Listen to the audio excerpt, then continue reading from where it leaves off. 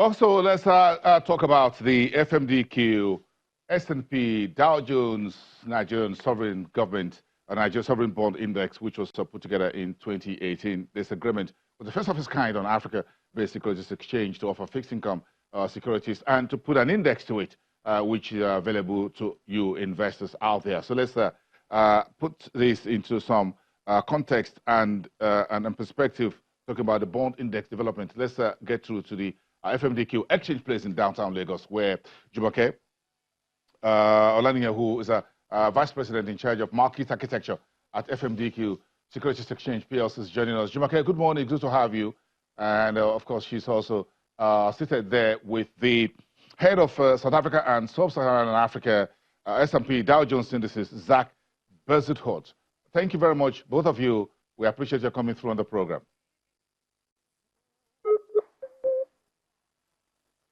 Jumoke, good morning. Morning, Boston. Good morning. Thank you. And Zach, it's good to see you. Thanks for coming through on the program as well. Always a pleasure to be on the show. Thank you. Jumoke, let's start with you. Take us through the last 1 year, the road to that partnership, just about a year ago, for this Nigeria Sovereign Government Bond Index with the S&P. So as you imagine, FMDQ's mandate is to be a market organizer. And as part of that mandate, it also involves establishing and introducing elements into the market that would support having efficient trading in the market. One of such elements is to have credible pricing and valuation methodologies and indices. And fixed income being a very big part of our market and over even a part of the Nigerian market as a whole, we sought to find how to upgrade, and improve the credibility and the visibility of the fixed income indices in the Nigerian market by partnering with S&P Dow Jones Indices, who is a world-class and renowned index developer and provider. So as you've just said, over a year ago, we formalized that partnership with the launch of first co-branded indices sometime last year. And we continue to, work together to see how we're going to bring more indices out there for the market for their valuations. So what's the need for the S&P Dow Jones, Zach? What's the need for the S&P? Yeah, so S&P Dow Jones Indices isn't new to stock exchange relationship. We have multiple large stock exchange relationships, for example, in Canada, Australia, New Zealand, and recently also signed up a lot of LATAM stock exchanges. But the African market is really still focused on the fixed income space. So we're very proud to have partnered with FMDQ in the Nigerian fixed income market, still one of the top 5 fixed income markets in Africa with very attractive yields. So again, as we wait for the African markets really to develop on the equity side, this is a great partnership for us on the fixed income markets. Yeah, so Zach, you're looking into the Nigerian Naira bond market. Are you encouraged by the volume, the turnover, the yield, the entire architecture, transparency, whatever you see around the Nigerian bond market in recent years? Yeah, so the market still offers very attractive yields, around about the 14% level. This is much better than what you're getting in the South African markets or the Southern African markets, even better than in the East African markets. So it's a sufficiently large market, still about $18 billion to access. A lot of the local players, obviously big players in that market. But through indexation, you can also start to look at creating investment products like ETFs that are aligned to the fixed income markets. With these products coming to list on exchanges like FMDQ, foreign investors can also now start participating in the Nigerian market through these vehicles. Jumoke, how is this index performing so far since this partnership was floated and the index launched last year? Very well, Boston. It's been performing very well. As you'd imagine, the index is tracking about 18 of the most liquid bonds that we have on the FMDQ, because the prices are fed from FMDQ. FMDQ closing prices are what is used on the index. It's done so well that we do have some asset managers in Nigeria. We have one asset manager specifically in Nigeria that is already using the index for an ETF. And we've received lots of interest also from other houses or asset management houses to build indices or ETFs, excuse me, off the back of that index as well. So it's actually going on very well. Okay, so what is the why is it important to talk to market professionals in Nigeria again about this, Zach? What are your thoughts? What are new things that you think we need to let market professionals in Nigeria be aware of? Are these largely local domestic issues with some context from the global environment or global space? Zach? Yeah, so with new technology and new indices being made available for the market, one of the big things to say is that if you can't measure it, you can't manage it. And we really need to have benchmarks in place for the market to either measure equity markets, but also, very importantly, the fixed income market in Nigeria.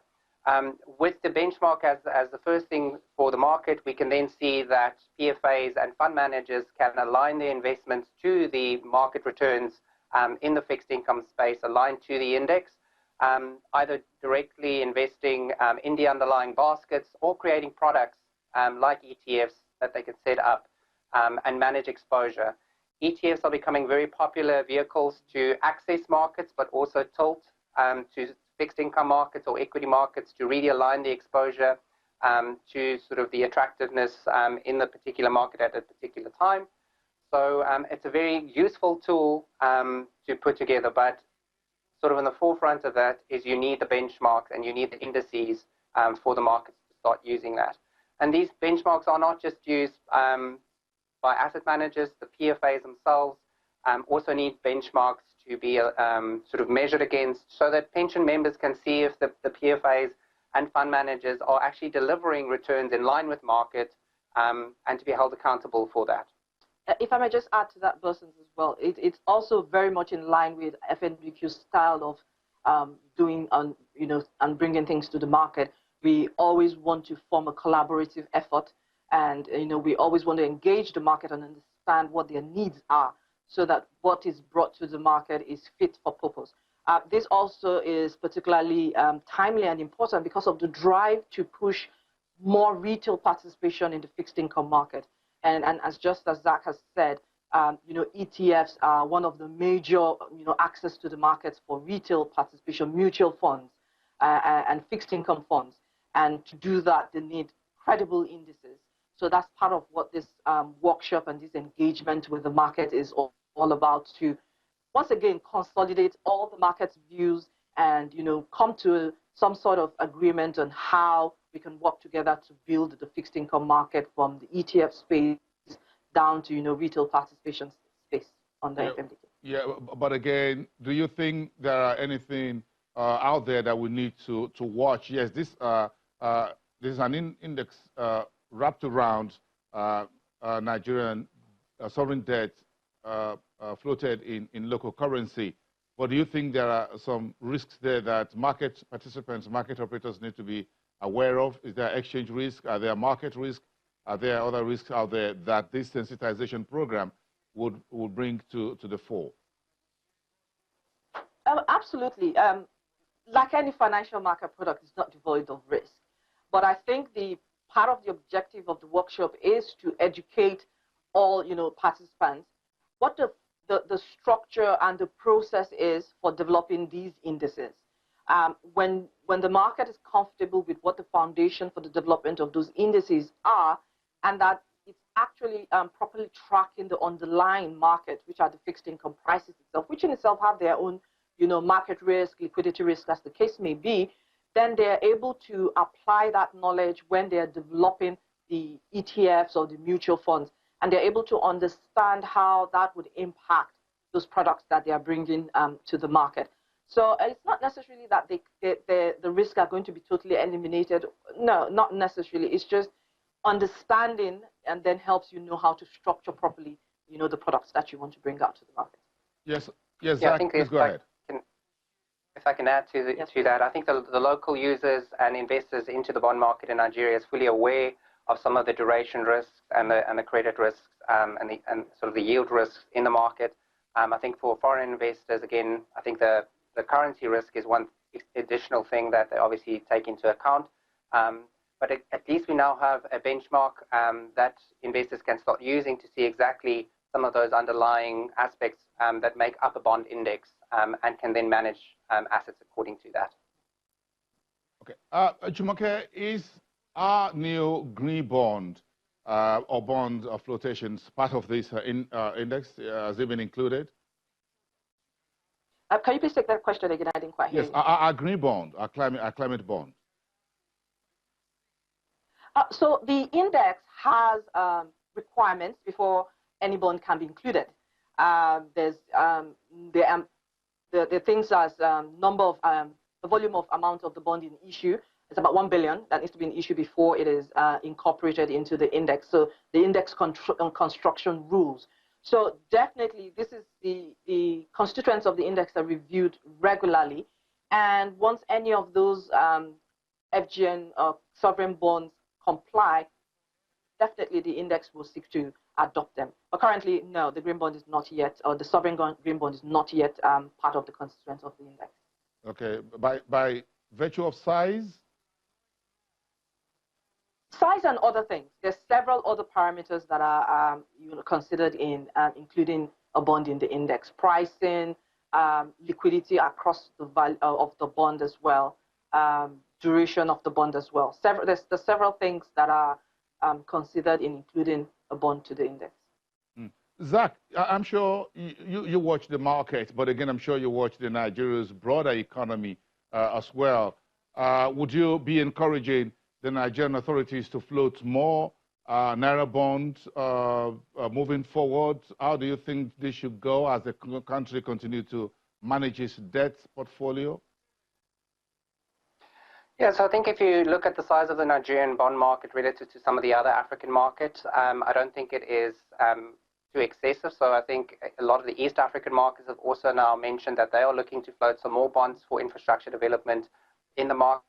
I think the need for infrastructure development in Nigeria is still pretty high. So floating additional bonds for particular projects that can benefit investors as well as be used and as assets for pension funds to work with. I think there is still scope. I think it's still very attractive yields in the market. So foreign investors are still pretty interested in the Nigerian bond market. And I think with yields globally sort of talks of reductions in yields, I think the bond markets are really an interesting investment option out there for investors. So Zach, do you see now, do you think we should be, do you have an outlook, better put, do you have an outlook of a lower yield environment in Nigeria? What levels are you looking at that will still be attractive to foreign and investors who want to be part of our marketplace? Yeah, I think for foreign investors, it's really looking at the stability of the FX rates because the yields are still really attractive. So at roughly 14%, it's still attractive. If you look at the East African market, only offering about 10%, and the Southern African markets even lower than that. So I think a key aspect for foreign investors is really if the stability of the Naira holds up. We've seen sort of if oil prices go up a bit, that obviously helps. But looking at the fixed income market relative to the equity market in Nigeria, we can see that the fixed income market already up 10% in Naira terms, where the equity market's almost down 21% over the last 12 months. So I think it's still a very stable and attractive option for investors out there. Jumoke, so what's your outlook on this index moving forward? Like the sovereign bond index is already well established. Like I said, the index methodology, we keep upgrading and updating that as new bonds come into the market. We are looking to introduce new indices. There's particular interest on the short end of the yield curve, treasury bill indices, which a lot of our investors and even foreign investors are heavily invested in. So we're looking to introduce that to the market. And we'll be looking to all other fixed income products as well. As you know, commercial papers are listed and traded here on FMDQ. We'll be looking to see if the parameters are in place. We'll be looking to introduce that element as well. I think the idea will be for any fixed income product that is listed and traded on FMDQ, Once we're able to tick the boxes, appropriately to be able to develop an index, we'll be jointly developing and co-branding those indices and bringing them to the market. And I think that there's the need for it because if you look at the portfolios of all fund managers, the pension funds, the fund managers, it's a diverse portfolio. It's a mixed portfolio. It may be heavy on the sovereign securities, but they do have quite a volume in other fixed income securities, especially the commercial papers. There's a lot of interest being built in that space as well. So our objective is to consistently be able to meet their needs indices-wise as they continue to build on the kinds of fixed income portfolios that they have in the market. I'm sure, Zach, you'll be interested in what Jumoke and the rest of the FMDQ team are planning to do with as far as new indices are concerned. Yeah, we've this is a bit of a roadshow with some of the pension funds to see what are some of those needs in the fixed income space, which other benchmarks are they looking at. So we've got a very good idea, and I think that's one of the reasons why we are planning this workshop for tomorrow, to really get some more insights from the users of the fixed income markets, but also which benchmarks they would like to see going forward. Let's say thank you to both of you, Zach and Jumoke. Thank you very much. Do have a great day, and tomorrow you guys have a very great conversation with market operators. Jumoke, we'll check in with you later on if there are new things we need to know moving forward on this. Thank you so much, both of you, from FMDQ Exchange Place in downtown Lagos.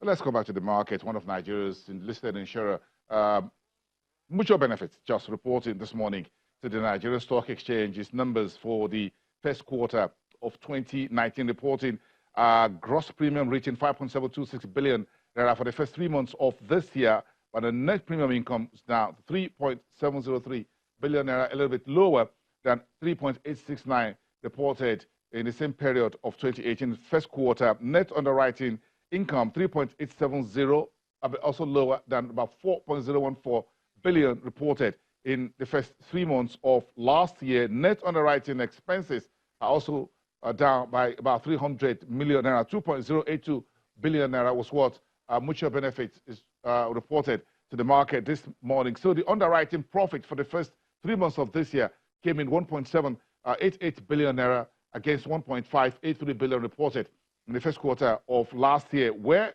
is the earnings per share? Just a second, let's see what the EPS is. That's coming in at 11 kobo, slightly higher than 8 kobo reported in Q1 of last year. Profit before income tax for Mutual Benefits coming in 1.105 billion, and out of that is a net profit, or what we call profit after tax, 889.7 billion naira, higher than 671.694 billion naira reported in last year. Sorry, I beg your pardon, 889.7 million naira, down higher than 671.694 million reported last year.